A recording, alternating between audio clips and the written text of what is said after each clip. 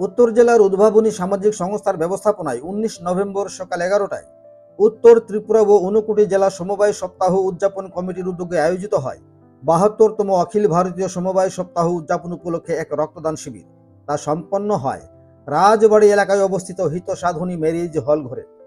প্রদীপ প্রজ্বলনের মাধ্যমে আনুষ্ঠানিক সূচনা করেন উত্তর ত্রিপুরা জেলা পরিষদের সভাধিপতি অপর্ণা নাথ। উদ্বোধনী সঙ্গীত পরিবেশন করেন সঙ্গীত শিল্পী নবমিতা নাথ ও অনিন্দিতা নাথ। স্বাগত বক্তব্য রাখেন উত্তর ত্রিপুরার কোঅপারেটিভ সোসাইটির ডেপুটি রেজিস্ট্রার অনিল দেববর্মা। অন্যান্য বিশেষ অতিথিদের মধ্যে উপস্থিত ছিলেন অতিরিক্ত জেলাশাসক বিজয় সিনহা, সমাজসেবী কাজল দাস ও রবীন্দ্র সূত্রধর। সভাপতিত্ব করেন হিত সাধনী কোঅপারেটিভ মার্কেটিং সোসাইটি লিমিটেডের সভাপতি অলোকেশ আদিত্য। মোট 24 জন রক্তদাতা রক্তদান করেন, যার মধ্যে 6 জন ছিলেন নতুন রক্তদাতা। আদর্শ সংঘ, কুর্তি ইউথ ক্লাব, নেতাজি সংস্থা, জয়াশঙ্কর সোশিয়াল ওয়েলফেয়ার সোসাইটি ও উদ্ভাবনী সামাজিক সংস্থার সদস্যরা স্বেচ্ছায় তাদের রক্তদান করেন।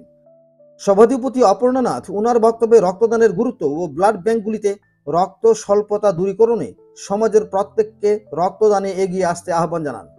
পাশাপাশি উদ্ভাবনী সামাজিক সংস্থার পক্ষ থেকে প্রিয়াঙ্কা নিরুলা ও নিতা চৌধুরীকে প্রথমবারের মতো রক্তদান করার জন্য সম্মান প্রদান করা হয়। অনুষ্ঠানে উপস্থিত সকলের মধ্যে ওপেন কুইজ প্রতিযোগিতাও অনুষ্ঠিত হয়। প্রত্যেক বিজয়ীদের হাতে পুরস্কার তুলে দেন অনুষ্ঠানের অতিথিবৃন্দগণ।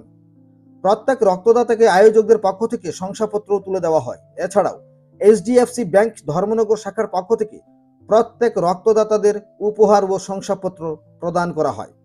উল্লেখ্য যে উদ্ভাবনী সামাজিক সংস্থার পক্ষ থেকে মোট 10 জন রক্তদান করেন। ধর্মনগর থেকে নিজস্ব প্রতিনিধি রিপোর্ট, ত্রিপুরা পাইওনিয়ার।